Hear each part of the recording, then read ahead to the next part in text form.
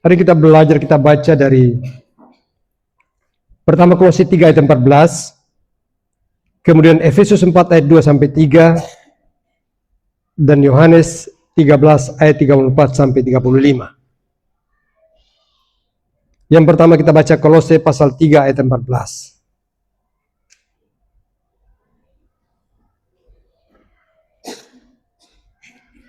Sama-sama 1, 2, 3. Dan di atas semuanya itu, kenakanlah kasih sebagai pengikat yang mempersatukan dan menyempurnakan. Efesus 4 ayat 2 sampai 3. Ya, 3. Hendaklah kamu selalu rendah hati, lemah lembut dan sabar. Tunjukkanlah kasihmu dalam hal saling membantu. Dan berusahalah memelihara kesatuan roh oleh ikatan damai sejahtera. Yohanes 13 ayat 34-35. Ya, 3. Aku memberikan perintah baru kepada kamu, itu supaya kamu saling mengasihi, sama seperti aku telah mengasihi kamu. Demikian pula kamu harus saling mengasihi. 35. Dengan demikian semua orang akan tahu bahwa kamu adalah murid-muridku, itu jikalau kamu saling mengasihi. Ya. Kita masih tetap dalam topik keluarga, dan kita terus akan belajar. Karena dari keluarga lah lembaga pertama yang Tuhan bangun. Dari keluarga lah dunia ini sesungguhnya aman. Kalau keluarga lepas keluarga mengalami kasih Tuhan dan hidup di dalam kebenaran Tuhan, maka tentu akan terpancar kebenaran Tuhan itu bagi dunia ini. Karena keluarga-keluarga yang dibangun atas dasar kasih Tuhan. Kita belajar di pagi hari ini adalah membangun kehidupan keluarga yang harmonis. Membangun kehidupan keluarga yang harmonis. Dan dasar dari hidup keluarga yang harmonis itu adalah kasih. Tadi ayat-ayat tadi semua berbicara tentang kasih. Jadi kasih adalah dasar kehidupan keluarga yang harmonis. Kasih adalah dasar keluarga yang harmonis. Bilang sama-sama. Kasih adalah, sama-sama, kasih adalah dasar hidup keluarga yang harmonis. Tepuk tangan bagi Tuhan kita.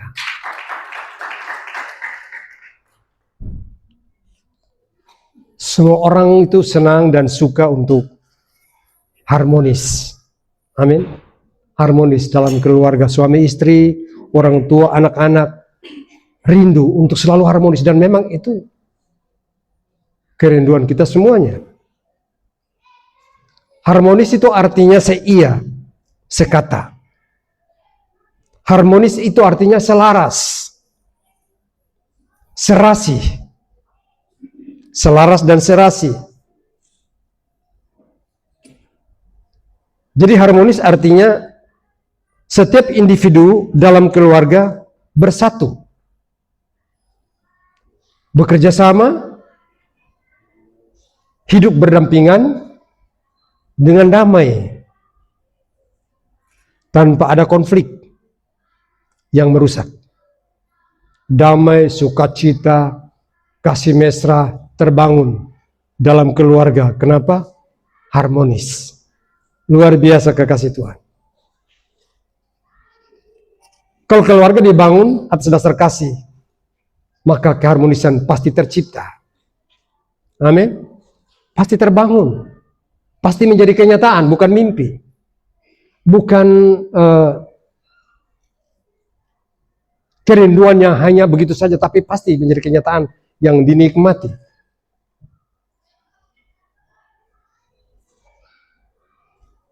Tanpa kasih, maka kita tidak bisa mencapai yang namanya harmonis. Tanpa kasih. Dengan kasih, harmoni terbangun, harmoni tercipta. Alkitab menjelaskan kasih itu keputusan untuk selalu berbuat baik. Kasih itu berarti keputusan setiap individu dalam keluarga untuk selalu berbuat baik. Bapak punya keputusan selalu buat baik untuk mama dan anak-anak. Mama punya keputusan selalu buat baik untuk papa dan anak-anak. Anak-anak punya keputusan buat baik untuk papa dan mama dan saudara dengan saudara. Itu keputusan. Itu kasih. Dan keputusan tiap hati itu menentukan bagaimana harmoni terbangun. Harmoni tercipta. Artinya, setiap individu dalam keluarga itu terhubung dengan Tuhan. Betul ya? Papa terhubung dengan Tuhan, mama terhubung dengan Tuhan, anak-anak, kakak, adik-adik semua, opa, oma semua dalam rumah terhubung dengan Tuhan. Kalau semua itu terhubung dengan Tuhan, masing-masing individu yang terhubung dengan Tuhan, maka hubungan antara satu dengan yang lain pasti aman, pasti baik juga. Betul? Betul ya? Karena semuanya terhubung dengan Tuhan, maka hubungan satu dengan yang lain tetap harmoni.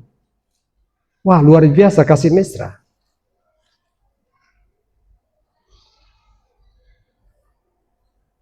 Itu yang kita rindukan dan itu yang kita kerjakan. Satu hari seorang suami tanya untuk istrinya begini, sayang, kau ingat ke tidak? Dulu waktu kita pacaran, setiap kali saya bicara kau selalu ketawa. Asal kalau kita sudah ketemu, saya baru bicara, kau sudah ketawa. Kau ingat ke tidak? Lalu istrinya bilang gini, saya ingat sih, waktu itu kan saya tidak tahu kalau itu akan terjadi setiap hari. Dan kita menikah, dan terjadi setiap hari dalam kehidupan kita. Pesannya begini, waktu masih pacaran, belum menikah, itu semuanya belum terbuka. Tampil selalu yang baik. Jadi begitu waktu pacaran, suami ketemu pacarnya yang adalah istrinya untuk mau bercerita, baru mau bicara saja. Baru bicara saja. Sedikit malu-malu gitu. Selalu. Mana baik? Baik. Hari ini mana? Baik. Kemarin? Baik. Selalu ketawa, senyum. Manis sekali. Dan istri bilang, waktu itu saya tidak tahu kalau kenyataannya sampai hari ini kita akan jalani setiap hari. Nanti setelah menikah, baru yang asli-asli semua keluar. Asli-asli mulai keluar. Dan ternyata, baru disitulah baru pembentukan terjadi. Kasih harus teruji dalam komunikasi hubungan suami dan istri. Untuk menciptakan bagaimana harmoni. Karena dua pribadi yang berbeda. Amin. Betul ya? Dua pribadi berbeda.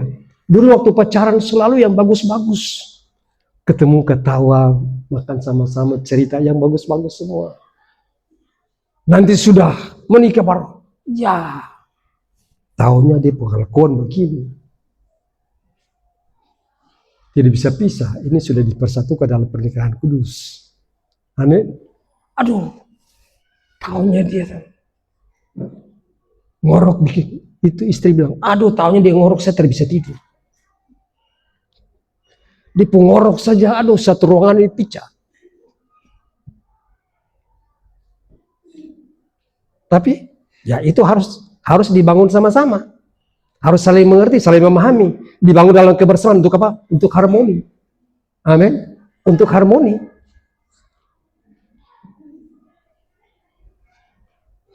Istrinya gelisah. Tapi ada yang lain lagi. Menikah baru kenyataan. maaf kata, istrinya punya kebiasaan. Sampai dewasa masih ngompol. Aduh, bahaya sekali. Suaminya pasti terganggu juga.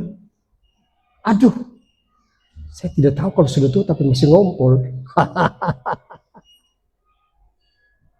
Tapi itulah kondisi kenyataan yang harus dibangun untuk membangun yang namanya harmoni melalui kasih. Amin.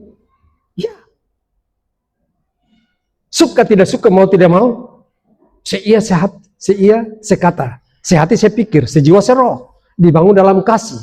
Keputusan mengambil janji dalam janji nikah sudah berlangsung.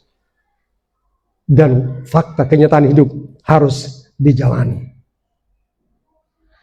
Amin. Ya, disinilah kasih diuji dalam setiap hubungan. Suami istri, hubungan orang tua dengan anak-anak, dalam keseharian kita. Untuk membangun yang namanya harmoni. Kita belajar bahwa kasih itu sabar.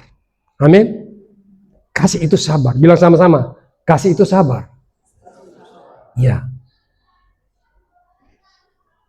Karena kasih itu sabar, maka walaupun kondisi tadi itu terjadi seperti dua pasangan tadi, karena harus sabar, maka harus menahan diri untuk memahami satu dengan yang lain. Betul? Harus menahan diri untuk memahami satu dengan yang lain dalam kebersamaan. Tidak boleh ego, tidak boleh saling menuntut, tidak bisa. Harus saling menahan diri. Ini yang perlu kita ingat, bahwa setiap hari hidup kita itu diuji dengan kesabaran. Kesabaran kita diuji setiap hari. Betul? Amin. Setiap kita, hidup kita setiap hari diuji. Kesabaran kita diuji. Setiap hari, detik, menit, jam, hari itu kesabaran kita selalu diuji. Berarti apa yang harus kita punya?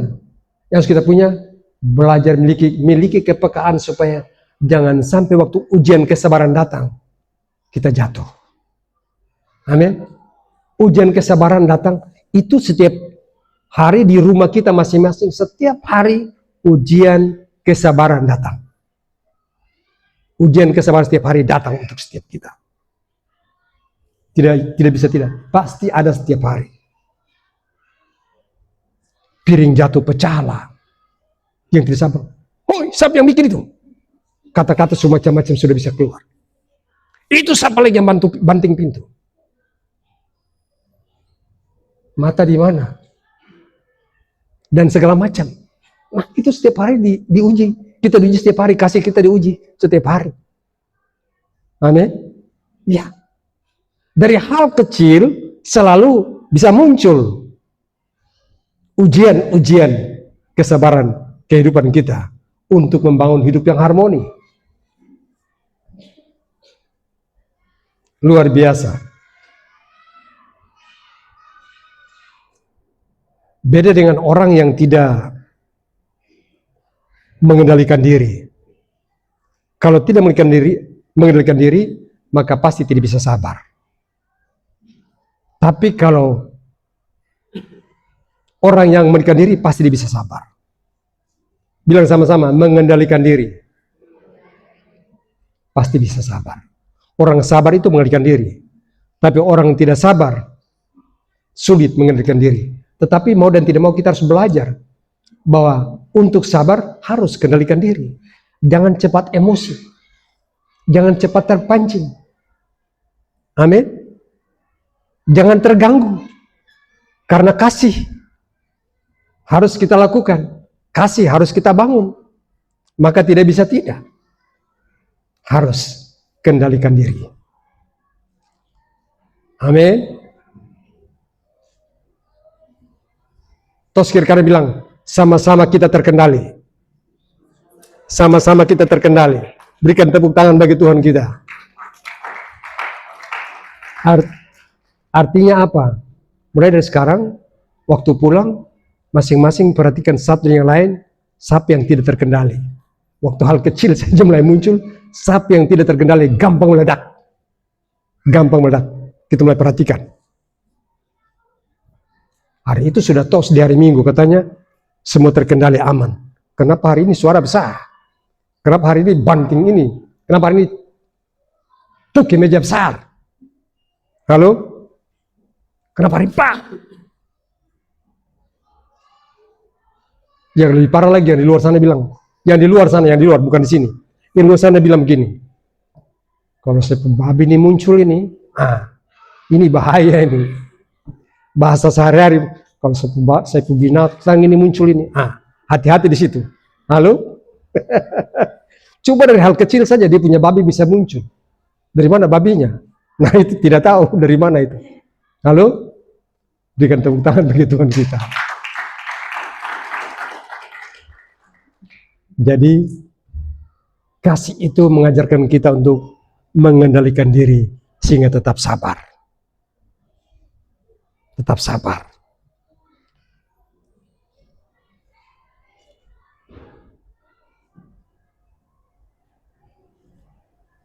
Satu kali seorang istri bilang begini, cerita untuk temannya begini. Sapu suami itu luar biasa. Dia selalu tahu di mana saya simpan barang. Sapu suami itu luar biasa. Dia selalu tahu saya simpan barang itu di mana. Lalu teman bilang begini, wah, hebat juga ya. Kau suami itu hebat juga ya. Bu istri bilang begini, bukan hebat, karena barang-barang saya itu selalu dia yang kasih pindah. Jadi dia tahu di mana dia kasih pindah. Halo, menyimpan sini, ini macet barang, taruh di sini kasih pindah. Menyimpan, taruh di sini kasih pindah. Ayo, saya barang ini di mana ya? Langsung Pak Haji bilang, ini ada ini. Itu yang kesaksian tadi itu. Halo? Itu kesaksian tadi. Ya. Jadi, menurut orang bilang, kok suami hebat ya? Padahal menurut istri, tidak, karena memang dia selalu kasih pindah barang-barang itu. Halo? Artinya begini, pesannya. Bukan siapa yang salah atau siapa yang benar. Amin. Tetapi bagaimana kita memiliki kesabaran supaya kasih terbangun. Jangan cepat tanggapi, jangan cepat responi dengan langkah-langkah yang salah. Tetapi selalu sabar untuk melihat segala sesuatu itu dalam kasih Tuhan, dalam bingkai kasih. Amin. Seperti itu yang Tuhan maksudkan bagi kita semuanya. Ya, kan tidak salah. Kalau papa lihat barang-barang, oh taruh sini. Mama tanya sudah ada. Kan aman itu. Kan tidak seperti, aduh saya taruh barang sih, kenapa susah, suka pindah, ada di sini, kenapa tidak ada lagi? Kan tidak. Jadi bukan siapa salah, siapa benar. Tapi bagaimana kesabaran menguji kita untuk membangun harmoni di dalam kasih. Berikan sorakan bagi Tuhan kita. Kenapa? Karena banyak pertentangan, banyak konflik terjadi cuma dari hal-hal kecil. Hal-hal kecil saja terjadi, bisa terjadi perdebatan, percecokan, sampai konflik, sampai tidak suara satu hari sampai malam. Cuma hal kecil saja. Tidak suara dari pagi sampai malam. Mogok, bicara, sampai malam pun tidur. Satu ke utara muka, satu ke selatan mukanya. Bertolak belakang. Kenapa? Karena tidak sabar. Tapi kalau sabar, maka semua itu akan hilang dan tidak dalam persekutuan jemaat Tuhan ini. Bapak, mama, orang tua, anak-anak semuanya terbangun kasih karena kesabaran yang kita miliki dari Tuhan. Amin. Tepuk tangan bagi Tuhan kita. Jadi membangun hubungan keluarga yang harmoni, itu dalam kasih kita harus banyak bersabar. Harus belajar bersabar. Yang kedua, membangun harmoni dalam keluarga kita. Harus selalu. Setiap kali orang yang memiliki kasih itu selalu mengampuni. Kasih itu selalu mengampuni. Kita baca Kolose 3, 13 sampai 14. Kolose 3 ayat 13 14.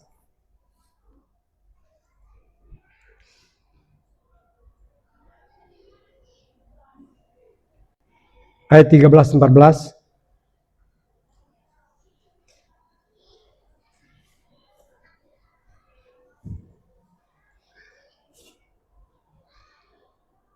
Kita baca 1 2 3. Sabarlah kamu seorang terhadap yang lain, dan ampunilah seorang akan yang lain, apabila yang seorang menaruh dendam terhadap yang lain. Sama seperti Tuhan telah mengampuni kamu, kamu perbuat jugalah demikian. Dan di atas semuanya itu, kenakanlah kasih sebagai pengikat yang mempersatukan dan menyempurnakan. Tepuk tangan bagi Tuhan kita. Wah, luar biasa. Di atas semuanya itu, kenakanlah kasih sebagai pengikat. Wah, sebagai pengikat yang mempersatukan dan menyempurnakan. Wah, kasih itu luar biasa. Jadi tidak boleh menendam hanya karena hal kecil. Tidak bisa. Harus ada kasih. Harus ada kasih. Mengampuni berarti membuang niat. Mengampuni berarti membuang niat. Membuang rencana untuk membalas. Lupakan, hilangkan itu. Jauhkan semua itu. Mengampuni. Dan hati bersih tulus.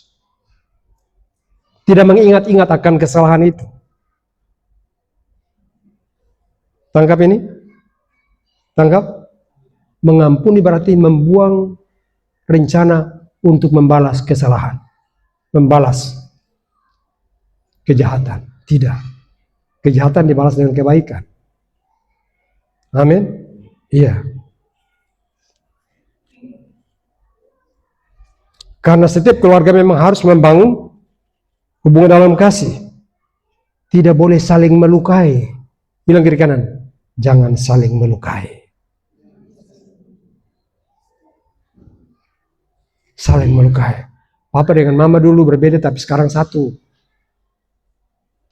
Amin. Adik kakak semua itu satu. Saling mengasihi, jangan saling melukai. Jangan saling menyakiti.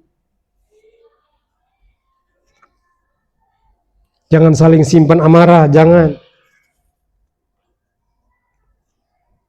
Membuang kesalahan, melupakan, membuang niat rencana untuk membalas kejahatan, lalu membuka jalan untuk pemulihan, membuka jalan untuk saling mengasihi satu dengan yang lain dalam hubungan kasih yang menyenangkan Tuhan. Amin. Jadi kalau ada yang punya kesalahan kekurangan, yang lain sabar, ampuni. Itu lebih kuat, itu lebih hebat daripada membawa beban. Artinya begini, waktu kita tidak melepaskan pengampunan, ada beban ke tidak? Ada beban. Iya. Waduh. Selalu ingat-ingat. Saya baku marah dengan dia sana itu. Sampai jalan di pasar pun begitu lihat dari jauh belok jalan. Betul toh? Itu karena mengingat-ingat kesalahan. Rencana mau pergi beli ikan, ketemu dia lewat sana, aduh, mau masuk pasar ikan, akhirnya dia belok. Cari yang lain, cari sayur. Karena apa? Simpan marah. Tidak buka jalan untuk membangun hubungan, pemulihan. Nah, kita diajar untuk tidak bisa begitu. Amin. Lupakan yang telah lalu.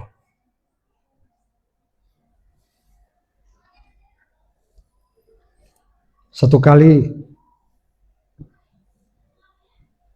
seorang suami dia bilang untuk dia istrinya begini, sayang, kalau kita bertengkar lagi, jangan kau bicara lagi saya punya kesalahan 5 tahun lalu. Langsung istri bilang gini, tenang kawan, tenang, sayang tenang, saya sudah bikin daftar baru. Saudara mengerti? Mengerti? Suaminya berharap kalau bertengkar lagi, jangan lagi kau ungkit saya bukan kesalahan yang 10 tahun lalu, 5 tahun lalu, jangan lagi.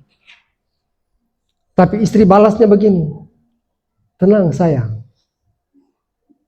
saya punya daftar baru sudah ada, daftar kesalahan yang baru sudah ada. Saudara tangkap? Daftar kesalahan baru sudah ada, yang itu saya lupa, tapi daftar kesalahan baru sudah ada. Artinya apa pesannya? Seringkali yang buruk-buruk semua kita ingat. Ingat semua yang buruk-buruk. Lalu sedikit cekcok terjadi, langsung bongkar semuanya itu. Satu gudang tidak muat. Padahal Tuhan bilang, lupakan yang telah lalu, mengarah pada tujuan. Amin. Dengan mata memandang Tuhan Yesus, janganlah penuh kasih. Ku kan setia, kan panggilanku.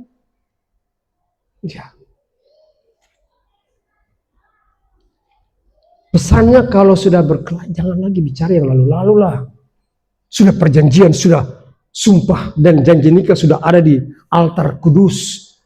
Tumpang tangan, baru sedikit salah paham saja. 3 tahun, 5 tahun, 10 tahun masih bicara. Sampai sudah opa oma, lebih parah lagi kalau anak cucu bisa dengar itu kan lebih parah lagi. Halo. Tapi saya percaya di sini tidak ada semuanya. Di sini aman semua. Berikan tepuk tangan bagi Tuhan kita. Haleluya. Haleluya.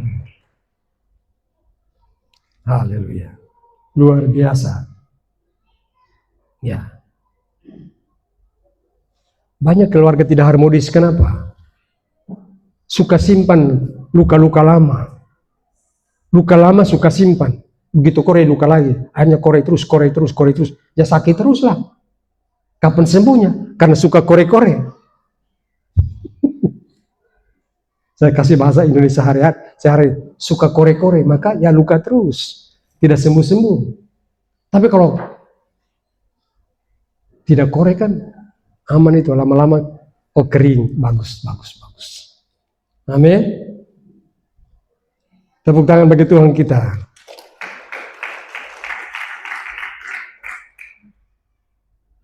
Bilang kiri kanan. Arsip yang lama itu jangan pernah diingat-ingat arsip-arsip yang lama ya. Jangan bongkar arsip-arsip yang lama. Arsip lama itu sudah kedaluarsa, buang semua. Buang semua arsip-arsip lama. Tapi jangan lagi bikin agenda baru tentang yang kesalahan-kesalahan yang baru. Jangan lagi bikin agenda. Lupakan semua. Amin. Lupakan semuanya. Ya. Tuhan kan sudah mengampuni kita. Kita diajar untuk mengampuni. Betul toh? Kalau kita melepaskan pengampunan, maka orang yang menerima pengampunan, dia akan belajar. Dia akan belajar bahwa, oh ya, saya salah tapi saya diampuni. Kalau begitu saya pun mengampuni yang lain, yang bersalah kepada saya. Maka terjawablah doa Bapa kami, ampunilah kami seperti kami mengampuni orang yang bersalah kepada kami. Betul? Iya, ampunilah kami seperti kami mengampuni orang yang bersalah kepada kami. Supaya doa kita sampai kepada Tuhan. Karena kalau kita tidak mengampuni, maka doa kita tidak sampai kepada Tuhan, kata firman Tuhan. Jika engkau berdiri untuk berdoa, dan kau ingat sesuatu dalam hatimu terhadap saudaramu, tinggalkan doamu, berlamilah dengan saudaramu, baru engkau kembali dan berdoa. Maka doamu akan sampai kepada Bapa. Maka harmoni akan tercipta. Tepuk tangan bagi Tuhan kita.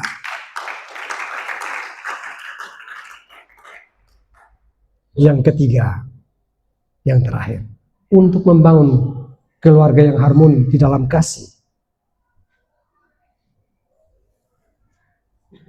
maka harus memelihara kesatuan. Pelihara kesatuan. Pelihara kesatuan. Kolose 3 ayat 14. Kolose 3 ayat 14.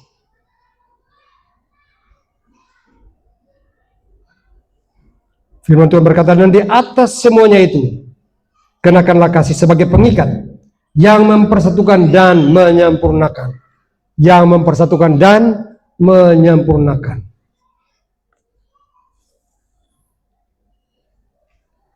Mazmur 133 ayat 1 sampai 3 dikatakan,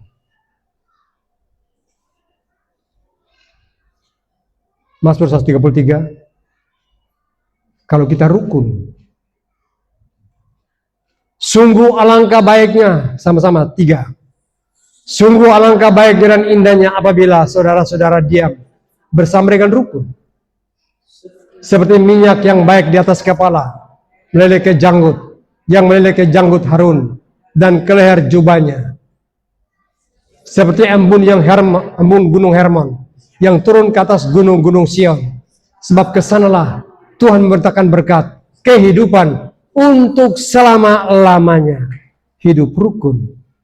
Tuhan mendatangkan berkat, kehidupan. Kehidupan yang mana? Kehidupan yang penuh kasih. Kehidupan yang mana? Yang penuh harmonis. Untuk selama-lamanya. Untuk selama-lamanya. Kalau kesatuan itu dibangun. Artinya, waktu kita tidak sehati, doa kita belum tentu dijawab. Waktu kita bersehati, doa kita akan dijawab Tuhan. Firman Tuhan katakan begini, 2 orang bersehati dan berdoa, Tuhan mendengarkan dari sorga dan menjawab doa itu. Jadi kalau kita tidak bersatu, tidak bersehati, pasti doa kita merupakan mimpi di siang bolong yang belum bisa terjadi. Karena itu firman Tuhan sudah berkata, jangan berdoa dulu kalau hati belum beres. Hati beres dulu, baru berdoa. Artinya kesatuan tetap terjaga dalam kerukunan hidup keluarga yang membangun kasih untuk mencapai hidup yang harmonis. Amin. Haleluya. Luar biasa, luar biasa.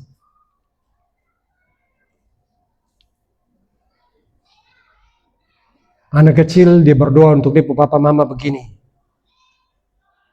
Tuhan Yesus berkati papa dengan mama. Tuhan Yesus tolong perbaiki internet di rumah. Karena internet mati, baru papa dengan mama bisa bicara, bisa bercerita. Sepanjang internet belum mati, papa dengan mama tidak bercerita. Itu doa anak kecil. Halo, tangkap ini. Artinya apa? Dengan kemajuan teknologi, duduk satu meja, tapi masing-masing sibuk dengan handphonenya masing-masing. Tidak baku bicara. Maka anak kecil berdoa, Tuhan Yesus, berkati papa dengan mama, berkati internet, supaya bisa nyala. Artinya, selama internet tidak nyala, papa dengan mama baru bercerita.